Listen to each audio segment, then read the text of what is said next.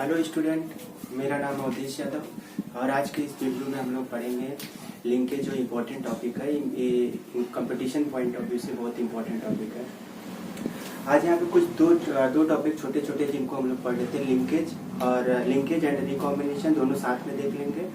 और उसके बाद में एक छोटा सा टॉपिक है प्लेयोट्रॉपिक, जिनसे 1 नंबर का क्वेश्चन आ जाता है या फिर बोर्ड के एग्जाम में जो है डेफिनेशंस वगैरह पूछ लेते हैं। ठीक, तो यहाँ पे जो लिंकेज हम लोग को पढ़ना है, देखिए लिंकेज का जो अगर हम लोग टर्म से ही कुछ क्लियर हो रहा है,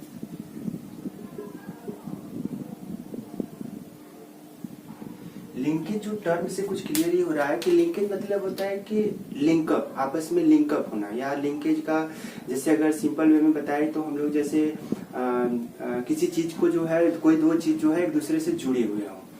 ठीक है, लिंकेज में देखिए होता क्या है, इसमें जैसे अभी हम लोग पिछले लेक्चर में पढ़े थे, पिछले वीडियो में हम लोग पढ़े थे मेंडल्स का जो डाइहाइब्रिड क्रॉस बेस्ड, जो डाइहाइब्रिड कैरेक्टर बेस्ड जो लॉ था, लॉ ऑफ इंडिपेंडेंट असॉर्टमेंट। उसमें हम लोगों ने बात किया था कि जो कैरेक्टर्स होते हैं, जो पेरेंट्स के कैरेक्टर होते हैं ऑफस्प्रिंग में जो जाते हैं, तो वो जो लॉ ऑफ इंडिपेंडेंट असॉर्टमेंट था, उनका लॉ ऑफ इंडिपेंडेंट असॉर्टमेंट उस कैरेक्टर, उस जीन पे लागू होता है जो जीन एक दूसरे दूरी पे रहते हैं, जिनको हम बोलते हैं नॉन होमोलॉगस क्रोमोसोम्स। अगर हम होमोलॉगस क्रोमोसोम्स पे बात करते हैं तो जो दो जीन एक दूसरे के पास हो तो उनपे जो है law of independent assortment fail हो जाता है। तो उसकी बेसिस क्या, उस चीज को रिजॉल्व करने के लिए एक साइंटिस्ट थे जिनका नाम था बैटसन एंड पनेट। बैटसन और पनेट ने 1906 में जो है इस डिस्कवरी किया था लिंकेज का। लेकिन फिर 1910 में मॉर्गन साइंटिस्ट थे, मॉर्गन, जिन्होंने नाम दिया लिंकेज का।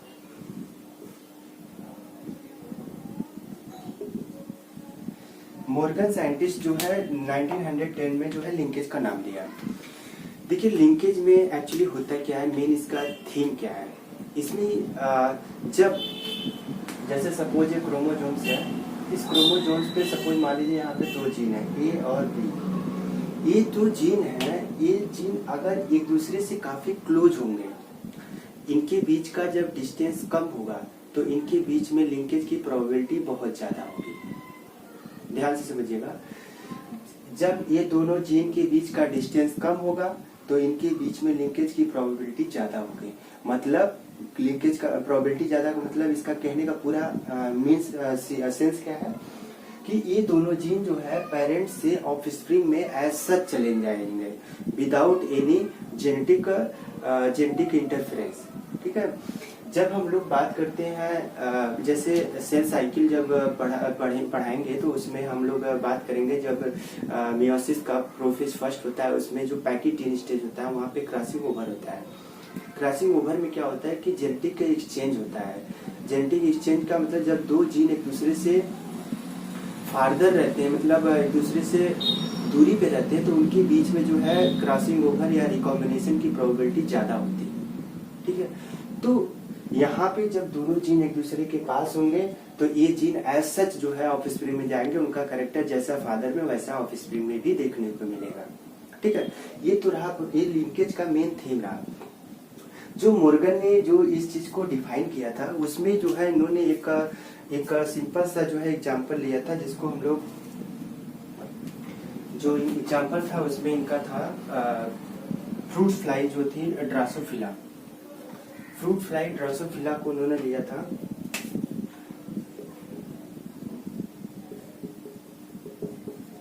ड्रासोफिला मेलानोगास्टर में इन्होंने पहले जो है डिस्कवर किया था। इसमें इन्होंने क्या देखा था कि जैसे येलो बॉडी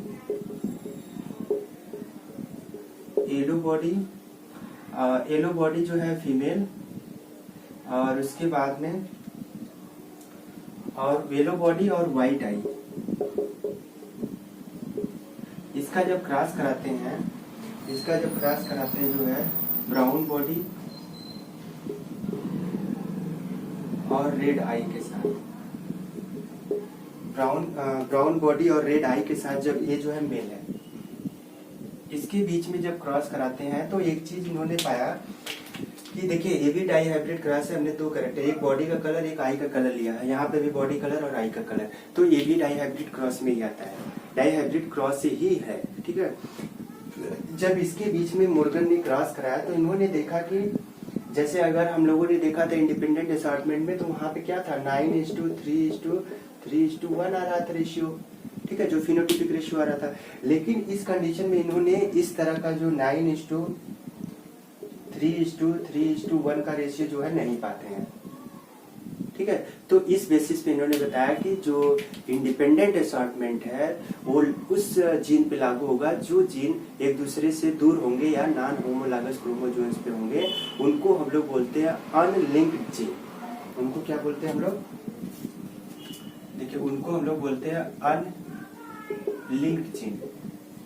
अनलिंक्ड जीन वो जीन होते हैं जो नॉन होमोलॉगस क्रोमोसोम्स पे प्रेजेंट होते हैं, और जो लिंक्ड जीन होते हैं, जो लिंक्ड जीन होते हैं, लिंक्ड जीन एक दूसरे के पास में होते हैं, उनका एज सच जो है पेरेंटल कैरेक्टर जो था ऑफिशियली में जाता है। तो ये सब पूरा चीज जो है लिंकेज का एक बेसिक था, बेसिक सिनेरियो था जो लिंकेज के बारे में हम लोग को जानना था। देखिए लिंकेज जो है दो टाइप्स का होता है, और एक चीज इसमें ये भी देख लीजिए, छोटा सा कॉन्सेप्ट है, बिल्कुल आप लोगों को जो है काफी मदद करेगा। Linkage inversely proportional to distance between gene। बिल्कुल ये बहुत ही इंपॉर्टेंट है, देखिए इसको समझ लीजिए कैसे। जब लिंकेज जब डिस्टेंस जो दो जीन के बीच का डिस्टेंस होगा अगर वो कम होगा तो उनके बीच में लिंकेज की प्रोबेबिलिटी जो है ज्यादा होगी। ठीक है, अगर जब डिस्टेंस बिटवीन टू जीन जब ज्यादा होगा तो उनके बीच में लिंकेज की प्रोबेबिलिटी जो है कम होगी, तब वहां पे रिकॉम्बिनेशन की प्रोबेबिलिटी ज्यादा होती है। इट मीन्स क्रॉसिंग ओवर वहां पे ज्यादा होगा।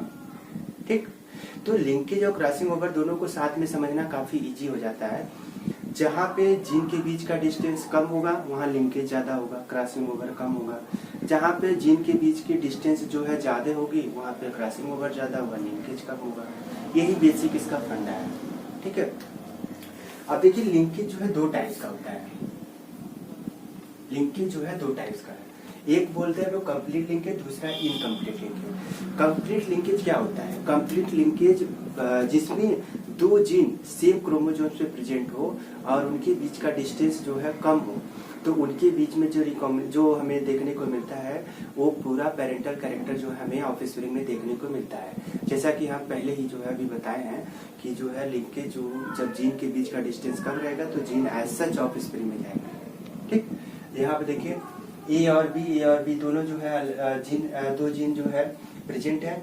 जब यहाँ पे हम लोग इसका जब इसका हम लोग देखते हैं क्रॉस करा के, जब हम लोग देखते हैं तो इसके जो ऑफस्प्रिंग में जब हम लोग यहाँ पे जब जीन पहुंचते हैं तो देखिए 50% जो है पेरेंटल केयर, देखिए ए और बी दोनों कैरेक्टर जो है ऑफस्प्रिंग में जो है एज सेम पहुंचे हैं। ठीक है, और यहाँ पे जो है कैपिटल ए स्मॉल बी जो है ऑफस्प्रिंग में पहुंचा है। इसका मतलब 50% जो है कैरेक्टर पेरेंट्स के ऑफस्प्रिंग में पहुंचे हैं। ठीक है, देखिए इसका हम बहुत ज्यादा डिटेल क्रॉस नहीं कराया, इसको हमने क्रॉस जब कराएंगे तो इसका क्रॉस जैसे हम लोग यहाँ पे जब कैपिटल टी और स्मॉल टी कराते हैं तो हाइब्रिड बनता है कैपिटल टी स्मॉल टी। उसी प्रकार ये भी मैंने पाया है, ए और बी का जब हम लोग क्रॉस कराते हैं स्मॉल ए बी का, तो ये हमें जब दो कैरेक्टर लेते हैं तो यहाँ पे हमें A capital A small A capital B small B, ये हमें हाइब्रिड मिलते हैं। ठीक है, तो इस तरह से मैंने इसको बनाया है और इसमें ज्यादा कंफ्यूज होने की बात नहीं, बस खाली इसको मैंने इसलिए बनाया है कि इसमें समझ में आ जाए कंप्लीट लिंकेज क्या होता है। कंप्लीट लिंकेज में जीन जो होता है एज सच जो है पेरेंट्स से ऑफस्प्रिंग में जाता है, जहाँ पे 50% कैरेक्टरिस्टिक्स पेरेंट्स के ऑफस्प्रिंग में देखने को मिलता है। इट मीन्स इसको हम लोग कहते हैं पेरेंटल टाइप ऑफ कैरेक्टर। ठीक है, दूसरा होता है इनकम्प्लीट लिंकेज। इनकम्प्लीट लिंकेज में क्या होता है कि जब दो जीन एक दूसरे से दूर स्थित हो, जब दो जीन के बीच का डिस्टेंस जो होता है दूरी पे हो, दो जीन के बीच का डिस्टेंस जो है मतलब नॉन होमोलॉगस क्रोमोसोम्स पे हो, तो उनके बीच में रिकॉम्बिनेशन की प्रोबेबिलिटी ज्यादा होती है। देखिए यहाँ पे जैसे सपोज ए और बी जीन है, ए और बी, यहाँ पे देखिए क्या हो रहा है, जो बी जीन है और ये कैपिटल बी, इनके बीच में जो है क्या हो रहा है, इनके बीच में जो है क्रॉसिंग ओवर हो रहा है, मतलब गाइजमेटा फॉर्मेशन होता है जहाँ पे जेनेटिक एक्सचेंज होता है। तो जब जेनेटिक एक्सचेंज हो रहा है तो देखिए कि स्मॉल भी यहाँ आ गया, कैपिटल भी यहाँ आ गया। जब हम लोग यहाँ पे देखते हैं कि ऑफ प्रोटीन में, ऑफ स्प्रिंग में जब इनका करेक्टर देखते हैं तो हम लोग पाते हैं कि इनमें 50% जो होता है अलग अलग क्रोमोसोम्स में रिकॉम्बिनेशन देखने को मिलता है। वैसे मोर्गन ने बताया था कि 98% जो होता है 98.7% जो होता है रिकॉम्बिनेंट बनते हैं, 1.3% जो होता है पेरेंटल कैरेक्टरिस्टिक्स होते हैं। ठीक है, तो बेसिक कहने का मतलब ये रहा मेरा पूरा कंप्लीट लिंकेज में gene as such parental of character show करेगा, और ऑफ स्प्रिंग जो इनकम्प्लीट लिंकेज होगा, इनकम्प्लीट लिंकेज में ऑफ स्प्रिंग के जो कैरेक्टर होंगे वो रिकॉम्बिनेंट शो करेगा, वहाँ पे क्रॉसिंग ओवर होता है जिसके कारण वेरिएशन देखने को मिलेंगे। 98.3% जो होता है वो रिकॉम्बिनेंट बनेंगे, 1.3% जो है पेरेंटल कैरेक्टरिस्टिक्स बनेंगे। ठीक है, तो this is all about linkage. देखिए लिंकेज के बेसिस पे जो है क्वेश्चन, अभी जैसे पिछला मैंने मल्टीपल एलिजम बताया, मल्टीपल एलिजम का क्वेश्चन हम लोग का जब ये चैप्टर खत्म हो जाएगा तो लास्ट में हम लोग कुछ नीट में क्वेश्चन है जो मैंने इसको कलेक्ट करके रखा है, तो उस क्वेश्चन को हम लोग जब करेंगे तो उस सारी चीजें जो है समझ में आएंगे कि हम लोग जो पीछे का पढ़े हैं उसको और जो अब पढ़ते चल रहे हैं इसको जो है पूरा देखेंगे। ठीक है, ये तो अब ये देखिए, अब एक छोटा सा टॉपिक और है यहाँ पे हम लोग देख लेते हैं, प्लियोट्रॉपिक जीन क्या होता है। देखिए प्लियोट्रॉपिक जीन ऐसे जीन होते हैं जो अगर उनमें किसी भी प्रकार का एब्रेशन देखने को मिलता है तो हमें एक या एक से अधिक जो है मेटाबॉलिक एक्टिविटी में डिफेक्ट देखने को मिलता है। जैसे for example suppose x gene है, देखिए इसको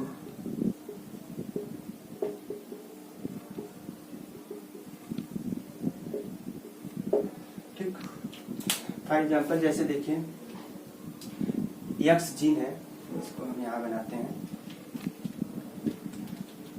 देखिए इसको ध्यान से समझिएगा।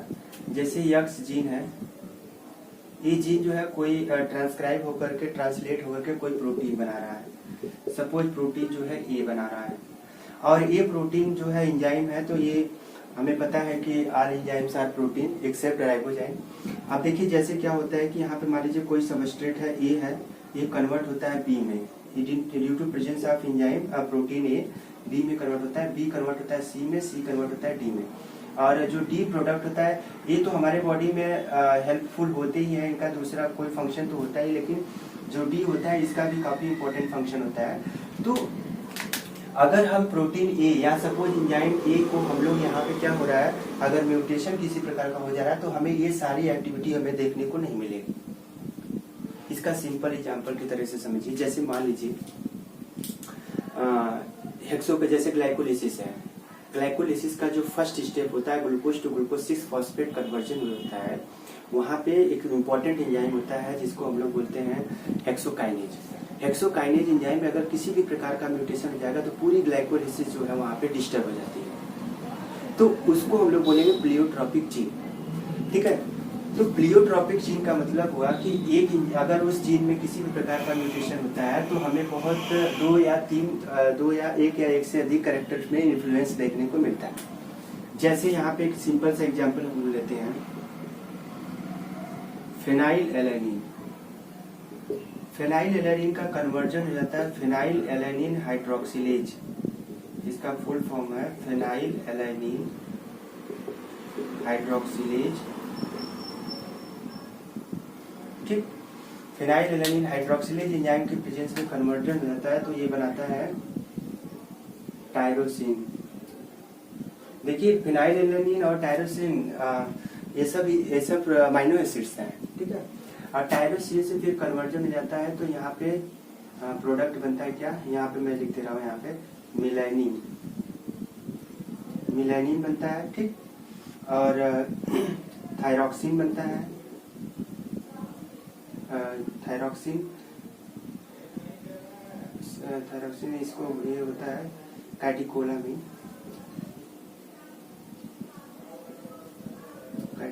बनता है। ठीक है, सॉरी कैटिकोलामिन बनता है। ठीक, तो देखिए हमें यहाँ पे बस मेलानिन का काम, जैसे यहाँ पे देखिए फेनाइल एलानिन है, कन्वर्ट हो रहा है टायरोसिन से फिर मेलानिन बन रहा है। मेलानिन एक इंपॉर्टेंट पिगमेंट होता है। अगर हम फेनाइल एलानिन में किसी भी प्रकार का अगर म्यूटेशन हो जाता है इस जीन में क्योंकि ये प्रोटीन है, प्रोटीन ऑब्वियस सी बात है किसी जीन से बना होगा। तो अगर उस जीन में किसी प्रकार का म्यूटेशन हो जाता है तो वो म्यूटेशन होने के कारण मेलानिन बनने का भी इफेक्ट जो होता है वो डिस्टर्ब हो जाता है। तो इस प्रकार से हमें मतलब दो कैरेक्टरिस्टिक्स में इन्फ्लुएंस देखने को मिलता है। तो इस प्रकार के जीन को जिनमें एक म्यूटेशन होने पे एक या एक से अधिक कैरेक्टर को इन्फ्लुएंस होता है, तो उस प्रकार के जीन को बोलते हैं प्लियोट्रोपिक जीन। ठीक है, तो ये काफी सिंपल टॉपिक रहा। अब देखिए अगला जो टॉपिक है इसमें हम लोगों को पढ़ना है सेक्स डिटर्मिनेशन, उसके बाद में जेनेटिक मेंडेलियन डिसऑर्डर, फिर क्रोमोसोमल डिसऑर्डर और फिर एक म्यूटेशन है। उसके बाद में चैप्टर खत्म हो जाएगा, फिर हम इसके बेसिस पे कुछ क्वेश्चंस वगैरह सॉल्व करेंगे। फिर हम पढ़ाएंगे मॉलिक्यूलर बेसिस ऑफ इनहेरिटेंस। ये जो टॉपिक्स हैं यहाँ पे मॉलिक्यूलर बेसिस ऑफ इनहेरिटेंस, ये काफी इंपॉर्टेंट टॉपिक है। तो अब इतनी सारी चीजें रही लिंकेज प्लियोट्रोपिक जीन के बारे में, तो आई थिंक ये जो है समझ में आया होगा और इसके बेसिस पे क्वेश्चन सॉल्व करिएगा। बाकी अगर कोई क्वेरीज होती है तो इसको कमेंट में जरूर शेयर करें। अगर वीडियो मेरा अच्छा लगे तो इसको लाइक और शेयर जरूर करें। Okay, thank you.